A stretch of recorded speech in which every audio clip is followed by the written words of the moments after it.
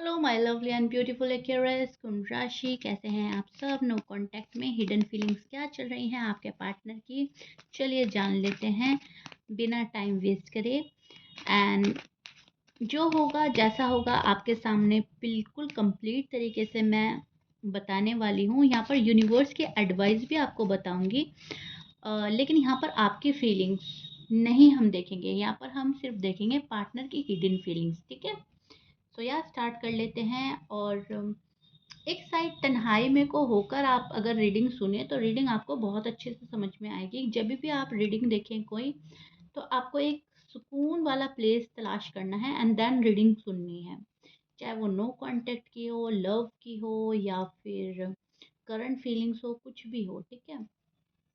Start करते हैं एक्यूरेस बिना देरी करे।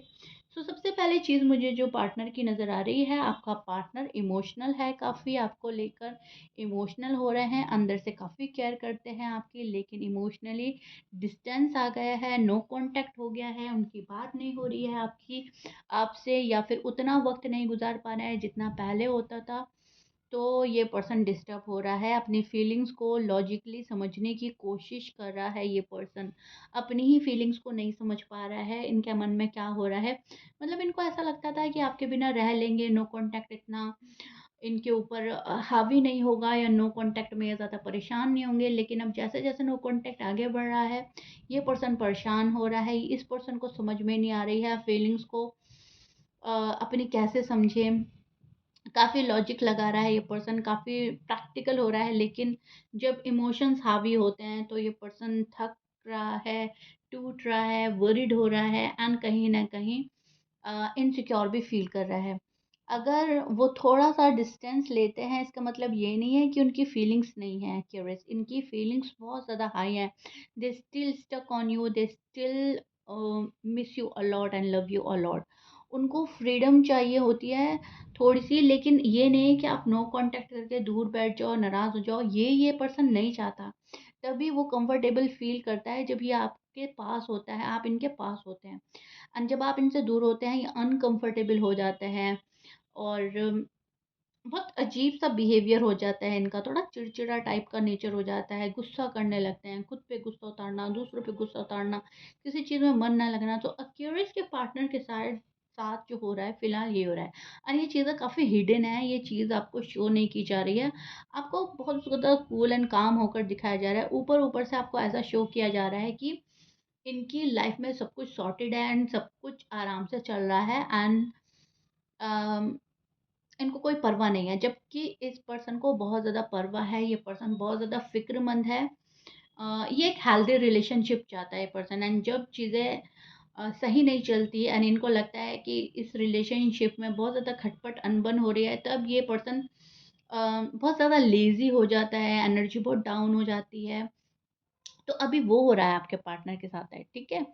एक्यूरस का जो पार्टनर है, उनकी मैं साइन नहीं बोलूँगी, साइन कुछ भी हो सकता है। आप लोग प्लीज़ साइन में ना उलझें। आप बोलेंगे मैम आपने साइन ही नहीं बोला, तो यहाँ पे किसी भी ज़ोडिएक साइन के आपके पार्टनर हो सकते हैं। सी कितने सारे कार्ड हैं, तो ऑलमोस्ट सभी साइन आ जाते हैं।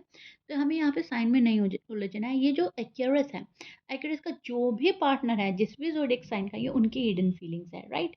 क्योंकि मैंने उसी तरीके से कार्ड लिए हैं। आपके बारे में काफ़ी सोच रहा है ये पर्सन, पर एक्शन लेने में स्लो नज़र आ रहा है मुझे, शायद इसलिए नो कांटेक्ट हुआ है आपका।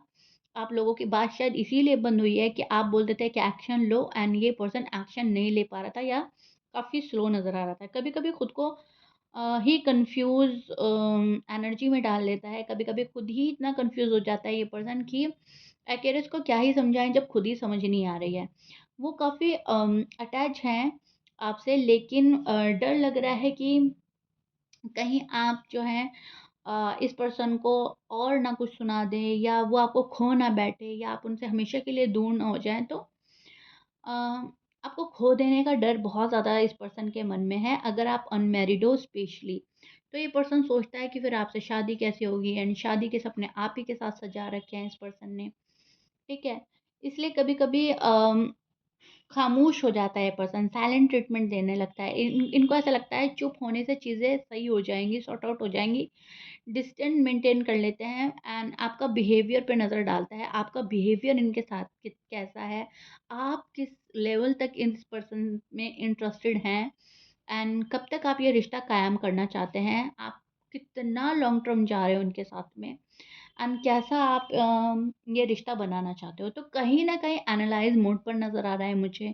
कहीं न कहीं आपको देखना, आपको परखना और एक ये भी चीज़ चाहता है ये पर्सन, यहाँ पर मुझे नज़र आ रहा है कि कन्फ्यूज़न तो बहुत ही ज़्यादा है, लेकिन कन्फ्यूज़न से ज़्यादा मुझे ये नज़र आ रहा है कि ये पर्सन अपनी फैमिली की ज़्यादा सुनता है एंड फैमिली की बातें शायद आपसे हाइड की जा रही हैं। फैमिली शायद आपको एक्सेप्ट नहीं कर रही हैं। कास्ट का इश्यू हो सकता है, कास्ट, रिलीजन या फैमिली या कोई एक बंदा ऐसा है जो नहीं चाहता कि आप लोग आगे बढ़ें या आप लोगों का रिश्ता जो है एक स्टेप आगे जाए या शादी में तब्दील हो, ठीक है? यहाँ पर वेट एंड वॉच की एनर्जी नज़र आ रही है एंड ये खामोशी से चुपचाप बिना आपको बताए आपका वेट कर रहा है पर्सन, आपके आने का, आपके ऑफ़र का, आपके कॉल एंड मैसेज का वेट कर रहा है। आपको शायद नहीं बता रहा है ये पर्सन कि कितना तड़प रहा है आपके लिए। आपको मिस काफ़ी किया जा रहा है लेकिन ईगो एंड सेल्फ रिस्पेक्ट के चलते अपने कदम रोक रहा है। आपके पास आने में थोड़ी-सी हिचकिचाहट हो रही है इस पर्सन को, चेक करते रहते हैं इनडायरेक्टली, सोशल मीडिया के थ्रू आपको चेक किया जाता है एंड फिर इस पर्सन को तसल्ली हो जाती है कि हाँ, अभी हैं आप इनकी लाइफ में बने हुए, आप नहीं गए हैं छोड़कर। सो नाउ हम चेक करते हैं एक्यूरेस आपके लिए एडवाइस क्या रही है, यूनिवर्स आपको क्या एडवाइस कर रहे हैं, एडवाइस आपको क्या दी जा रही है इस नो कॉन्टैक्ट में। ओके, सो जो चीज़ खो गई है, जो चीज़ दूर हो गई है, उसको ढूँढना एंड तलाश करना आपको पड़ेगा। कुछ सवालों के जवाब आपको ढूँढने पड़ेंगे। आपको अपनी फीलिंग समझनी होंगी। आपको अपनी energy time to time check करनी होगी। आप किस एनर्जी में स्टैंड कर रहे हो? किस हद तक आप इस रिलेशनशिप में जाना चाहते हो? किस हद तक आप सैक्रिफाइस, कॉम्प्रोमाइज़ करना चाहते हो? वो आपको खुद को देखना है। तो यूनिवर्स आपको एडवाइस कर रहे हैं कि बहुत दूर जाने की ज़रूरत नहीं है, चीज़ें आपके आस-पास हैं, अपने आस-पास की खुशी तलाश करो and self love, self care करो, अपनी खुशियों में जीना सीखो, ठीक है? यहाँ पर एक्यूरेस को बोला जा रहा है इमोशनल होना ज़रूरी नहीं है कि आप बहुत ज़्यादा इमोशनल एंड सेंसिटिव हो जाओ, आपको प्रैक्टिकल होना पड़ेगा, चीज़ों को प्रैक्टिकली हैंडल करना होगा, इंडिपेंडेंट होना होगा, स्ट्रॉन्ग होना होगा। अगर ये रिश्ता आपको लॉन्ग टर्म चाहिए तो बैलेंस ज़रूरी है यहाँ पर। आपको बैलेंस मेंटेन करना होगा, बैलेंस बनाकर चलना होगा। गलती अगर आपकी साइड से हुई है, सॉरी अपोलोजाइज़ करने में कोई गुरेज़ ना करें, सॉरी अपोलोजाइज़ कर लें आप। अगर आपके पार्टनर की साइड से गलती हुई है तो उनको टाइम दें सॉरी अपोलोजाइज़ करने का एंड आपके पास आने, प्रॉपरली आपके पास आने का। उससे पहले आपको कोई डिसीज़न नहीं बनाना है, उससे पहले आपको मूव ऑन नहीं होना है, उससे पहले आपको रीच आउट नहीं करना है, मतलब आपको कुछ भी नहीं करना है। ना एक स्टेप आगे लेना है, ना एक स्टेप बैक लेना है। पहले आपको देखना है गलती किसकी है एंड देन आपको वर्क करना है, ओके? सो यार curious, this is it. I really really hope you like it. मुझे ज़रूर बताइएगा कमेंट बॉक्स में, कमेंट के थ्रू कैसा लगा है आपको reading no contact hidden feelings. मिलते हैं नेक्स्ट रीडिंग में। Bye curious.